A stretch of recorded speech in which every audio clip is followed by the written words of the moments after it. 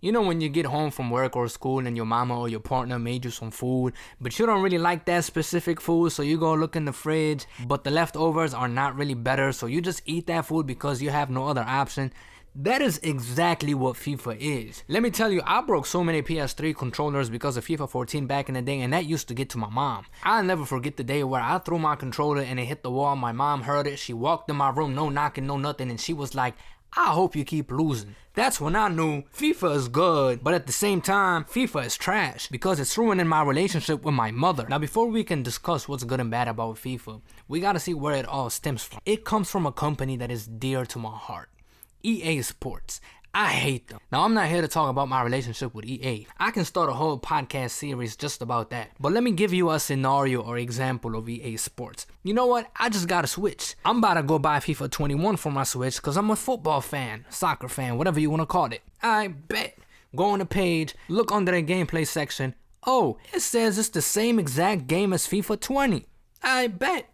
I'm about to go save me some money and buy FIFA 20 instead. Oh, it's the same game as FIFA 19. Let me just go buy FIFA 19 instead. See, the position FIFA's in comparison to the competition, it just puts EA in such a comfort zone to the point where the effort's gone. And being a yearly game, that lets EA overlook flaws just so they can fix it in the next game and sell it to you. But of course, one flaw at a time. Whether it's the arcadiness of FIFA 16 or the pace issues in FIFA 17 and 18. And I bet you now in FIFA 22, they will be dialing down the blocking system because every single long shot in FIFA 21 is blocked by the defense. Bro, the PS5 version of FIFA 21 does not even have the option to disable your adaptive triggers. So you actually have to go through the accessibility settings on your PS5 in order for you to disable them. Now, this is not a first world problem when people cannot even get a PS5, but this just shows the lack of thought and effort put into the game when making it. The game has a lot of modes, which is amazing, but every single mode has a flaw that you either gotta deal with or you just move on to the next mode and try it out. Like, for example, career can get repetitive and boring. Career gets an overhaul or major update every 3 to 4 years. FIFA Ultimate Team, you spend half of the year building a team and then the second half playing with that team just for the new game to come out. You buy it and now you don't have a team no more and you gotta start building from the beginning, because how else EA would make money off FIFA points, right? I have the time of my life playing pro clubs, but it's possibly the most flawed mode in the game. The AI literally operates based on the server and how strong the internet connection between you and your friend is. I play with a friend overseas.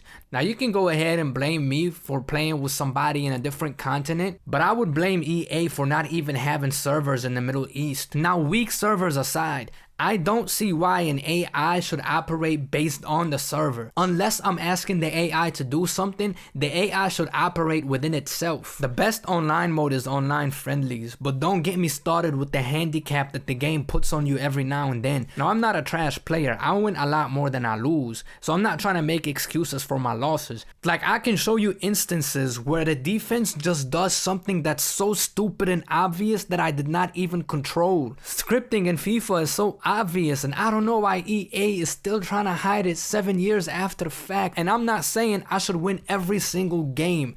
I have lost games where I deserve to lose, but a lot of games that I lost were definitely handicapped. That is the worst way you can reward a player who's been putting hours and hours over years into your game. The only way to play this game is offline exhibition, and that still has its flaws. Whether it's the exploitation of certain moves or how bad the switching mechanic is coded. Like, if I'm trying to close this certain gap from passes, I don't want to see the AI defense open up another gap on the other side. I really wanted to talk positively about this game because I have love for it. But do I really like the game, or do I just like the sport and I have no other option to play with? FIFA is technically way ahead of its competition, and I can appreciate that.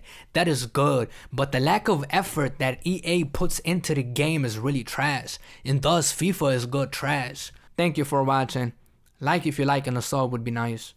Amen. EA Sports. Later.